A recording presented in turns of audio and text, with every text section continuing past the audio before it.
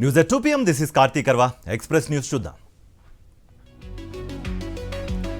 భారత ప్రధానిగా మూడోసారి ప్రమాణ స్వీకారం చేయనున్నారు నరేంద్ర మోదీ. ఇవాళ రాత్రి 7:15 రాష్ట్రపతి భవన్ వేదికగా ఈ కార్యక్రమం జరగనుంది. మోదీతో పాటు కొత్త కేబినెట్ కొలువు తీరనుంది. నమో పట్టాభిషేకానికి సామాన్యుల నుంచి అతిరథ మహారథులు హాజరు కానున్నారు. ఏపీ నుంచి ముగ్గురికి కేంద్ర కేబినెట్లో చోటు దక్కింది. టీడీపీ నుంచి రామ్మోహన్ నాయుడు, పెమ్మసాని చంద్రశేఖర్, బీజేపీ నుంచి ఎంపీ శ్రీనివాస వర్మను కేంద్ర మంత్రి పదవి వరించింది. తెలంగాణ నుంచి ఇద్దరిని కేంద్ర కేబినెట్లోకి తీసుకున్నారు. బీజేపీ ఎంపీలు కిషన్ రెడ్డి, బండి సంజయ్కి మంత్రివర్గంలో చోటు దక్కింది. పీఎంఓ నుంచి వీరిద్దరికీ ఫోన్ కాల్స్ లభించాయి. ఈ నేపథ్యంలో వీరిద్దరూ ఢిల్లీ వెళ్లారు. తెలంగాణ నుంచి ఇద్దరికి కేంద్ర మంత్రి పదవులు లభించడంతో బీజేపీ శ్రేణులు సంబరాలు చేసుకుంటున్నాయి. నరేంద్ర మోదీ ప్రమాణ స్వీకార కార్యక్రమంలో పాల్గొనేందుకు ఢిల్లీకి చేరుకున్నారు. సూపర్ స్టార్ రజనీకాంత్ మూడోసారి ప్రధాని మోదీ ప్రమాణం చేయడం ఆనందంగా ఉందన్నారు. నంద్యాల జిల్లా బనగానపల్లెలో టీడీపీ నేతలు విధ్వంసాలకు పాల్పడుతున్నారు. కనకాద్రిపల్లె గ్రామంలో వైఎస్ఆర్సీపీ సానుభూతి పరుల ఇండ్లలో మంచినీటి కుళాయిలు కనెక్షన్లు బంద్ చేయించారు టీడీపీ శ్రేణులు. కనెక్షన్ బంద్ చేయించడంతో పాటు నల్లాలను విరగ్గొట్టి అందులో కర్రలను నింపారు. కవ్వింపు చర్యలకు పాల్పడితే దాడులు చేయొచ్చన్న ఉద్దేశంతోనే ఘటనలకు పాల్పడినట్లుగా స్థానికులు ఆరోపిస్తున్నారు. కాకినాడ జిల్లా పిఠాపురం నియోజకవర్గంలో టీడీపీ జనసేన మధ్య విభేదాలు మరోసారి బయటపడ్డాయి. తాటిపర్తి గ్రామంలో ఇరు పార్టీల మధ్య ఆధిపత్య పోరు నెలకొంది. అపర్ణాదేవి ఆలయ బాధ్యతలు జనసేన నాయకులకు అప్పగించింది గత పాలక కమిటీ. ఈ విషయంలో టీడీపీ జనసేన మధ్య ఘర్షణ తలెత్తింది. ఘటనా స్థలానికి చేరుకుని ఇరు వర్గాలను చెదరగొట్టారు పోలీసులు. తిరుపతి జిల్లా శ్రీకాళహస్తి పట్టణం శివార్లో నవరత్నాలు జగనన్న నిలయం శిలాఫలకాలు, విగ్రహాలను గుర్తు తెలియని వ్యక్తులు ధ్వంసం చేశారు. దాడికి పాల్పడింది జయకృష్ణ యాదవ్, ప్రవీణ్ దుర్గలుగా అనుమానం వ్యక్తం చేస్తున్నారు. ఘటనా స్థలికి చేరుకున్న పోలీసులు విచారణ చేపట్టారు. అంబేద్కర్ కోనసీమ జిల్లా ఎర్రపోతవరంలో రాజ్యాంగ నిర్మాత అంబేద్కర్ విగ్రహానికి అవమానం జరిగింది. ఆయన విగ్రహానికి గుర్తు తెలియని వ్యక్తులు చెప్పులు దండ వేశారు. అంబేద్కర్ను, మాలలను కించపరుస్తూ లేఖ రాసి విగ్రహానికి తగిలించి వెళ్లారు దుండగులు. రాజ్యసభ సభ్యుడు పిల్లి సుభాష్ చంద్రబోస్, ఎమ్మెల్సీ తోట త్రిమూర్తులు పిల్లి రాంబాబులను అవమానపరుస్తూ లేఖలో రాశారు. తక్షణమే చర్యలు తీసుకోవాలని దళిత సంఘాలు కోరుతున్నాయి. నంద్యాల జిల్లా శ్రీశైలం ముక్కంటి మల్లన్న ఆలయానికి భక్తులు పోటెత్తారు. మల్లన్న క్షేత్రం మొత్తం ఎటు చూసిన వాహనాలతో సందడి వాతావరణం కనిపిస్తోంది.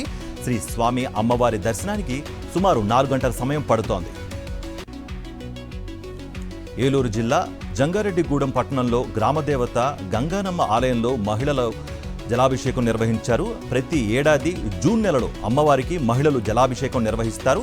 వర్షాలు బాగా కురిసి పాడి పంటలు పండి రైతులందరూ సుభిక్షంగా ఉండాలని, ఏపీలో అన్ని వర్గాల ప్రజలు అష్ట ఐశ్వర్యాలతో సంతోషంగా ఉండాలని ప్రత్యేక పూజలు నిర్వహించారు ఆలయ ప్రధాన అర్చకులు.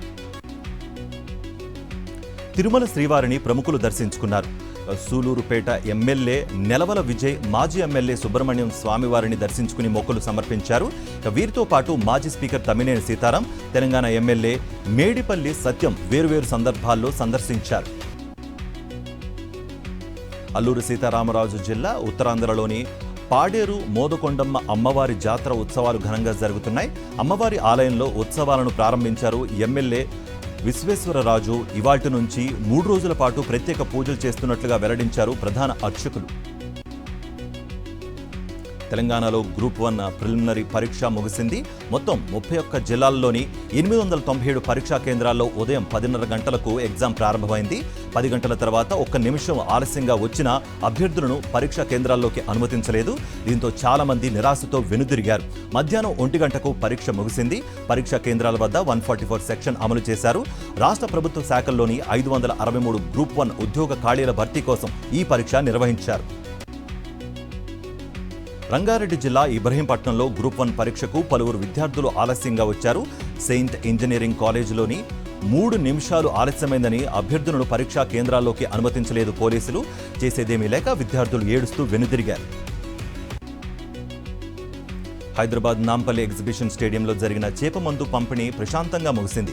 మృగశిర కార్తె సందర్భంగా 24 గంటల పాటు చేప ప్రసాదాన్ని పంపిణీ చేశారు. 2.20 లక్షల మంది ప్రజలు చేపమందు వేసుకున్నారు. మొదటి రోజు 1.60 లక్షల చేప పిల్లలను సిద్ధం చేయగా ఇవాళ మరో 60,000కు పైగా చేప పిల్లలను సరఫరా చేసింది. నిర్మల్ జిల్లా బాసర శ్రీ జ్ఞాన సరస్వతి అమ్మవారి ఆలయంలో భక్తుల రద్దీ కొనసాగుతోంది. అమ్మవారిని దర్శించుకునేందుకు తెలంగాణ, ఏపీ, మహారాష్ట్ర నుండి భక్తులు తరలివస్తున్నారు. మహాలక్ష్మి, మహాకాళి, శ్రీ జ్ఞాన సరస్వతి అమ్మవార్లకు విశేష అభిషేక అర్చన, హారతి, గణపతి పూజలు నిర్వహించారు. తమ చిన్నారులకు అక్షరాభ్యాసం నిర్వహిస్తున్నారు. భువనగిరి, నల్గొండ హైవేలపై గల మూసీ బ్రిడ్జి పైన గుంతలమయంగా మారిన రహదారిని ఆర్ఎండ్బీ అధికారులు పరిశీలించారు. వచ్చేది వర్షాకాలం కాబట్టి వెంటనే మరమ్మతులు చేయాలంటూ అధికారులను ఆదేశించారు. ఎమ్మెల్యే కుంభం అనిల్ కుమార్ రెడ్డి బీబీనగర్, పోచంపల్లి, బొల్లేపల్లి, సంగెం మధ్య నిలిచిపోయిన బ్రిడ్జిల నిర్మాణాన్ని కూడా త్వరగా పూర్తి చేయాలని తెలిపారు. యాదగిరిగుట్టకు భక్తులు పోటెత్తారు. భక్తజనంతో ఆలయ మాడవీధులు, క్యూలైన్లు, ప్రసాద విక్రయశాలలు కిక్కిరిసిపోయాయి. లక్ష్మీ నరసింహస్వామి సన్నిధిలో భక్తుల కోలాహలం నెలకొంది. శ్రీ లక్ష్మీ నరసింహస్వామి దర్శనానికి 2 గంటల సమయం పడుతున్నట్లుగా అర్చకులు తెలిపారు. మోదీ తొలి విదేశీ పర్యటన ఖరారైంది. ఈ నెల 13 నుంచి 15 వరకు జరిగే G7 సమావేశాల కోసం మోదీ ఇటలీ వెళ్లనున్నట్టుగా తెలుస్తోంది. G7 సమావేశాలకు రావాల్సిందిగా ఇటలీ ప్రధాని జార్జియా మెలోనీ మోదీని ఆహ్వానించారు. తనను ఆహ్వానించిన మెలోనీకి కృతజ్ఞతలు తెలిపిన మోదీ సమావేశాలకు హాజరవుతానని చెప్పినట్లుగా సమాచారం.